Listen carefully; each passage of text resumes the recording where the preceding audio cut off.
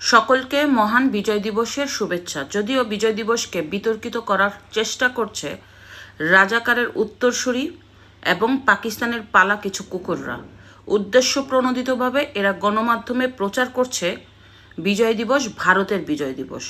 বাল দিবস বুঝেন তো? বাল দিবস হইল এই 16ই ডিসেম্বরে, 16ই ডিসেম্বর আছে না, 16ই ডিসেম্বর বাল দিবস।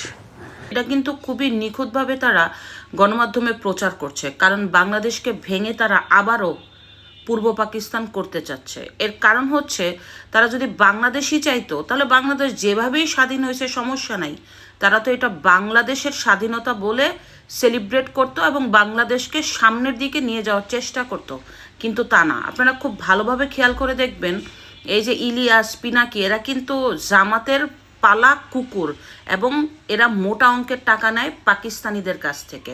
এরা উদ্দেশ্য প্রণোদিতভাবে গণমাধ্যমে প্রচার করার চেষ্টা করছে এটা ভারতের বিজয় দিবস।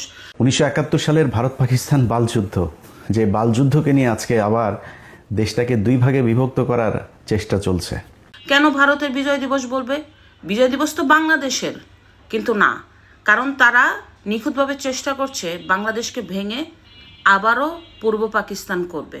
অন্যদিকে ভারতও এখন সেই সুযোগটা কাজে লাগাচ্ছে। ভারতের যে প্রেসিডেন্ট নরেন্দ্র মোদী তার ফেসবুক পেজে উল্লেখ করেছে এটা তাদের বিজয় দিবস। এতদিন তো ভারত এটা করেনি, শুধুমাত্র গত বছর আর এই বছর করছে। কেন?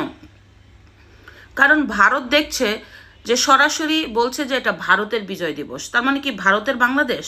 তারা তো এটাই করতে চাচ্ছে, ভারতের বাংলাদেশ হিসাবে উল্লেখ করে তারা আবারও বাংলাদেশের যুদ্ধ লাগিয়ে দিয়ে তারা বাংলাদেশটাকে শেষ করার ষড়যন্ত্র করছে।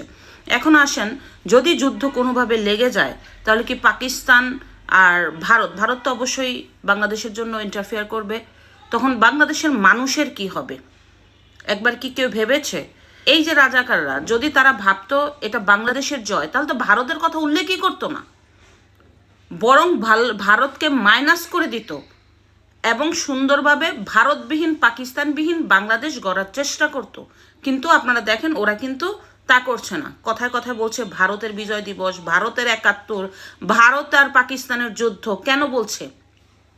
কারণ ওরা বাংলাদেশ চায় না। ওরা খুব ভালোভাবে বাংলাদেশকে ভেঙে পূর্ব পাকিস্তানের দিকে নিয়ে যেতে চাচ্ছে, কারণ ওরা 71 মানে না। 71 যদি না মানে 47 মানে, তার মানে এটা পাকিস্তান। একটু চিন্তা করে দেখেন, আসলে তারা ভারতের সাথে একটা যুদ্ধ লাগাতে চাচ্ছে আর বাংলাদেশকে ভেঙে আবারও পূর্ব পাকিস্তান করতে চাচ্ছে।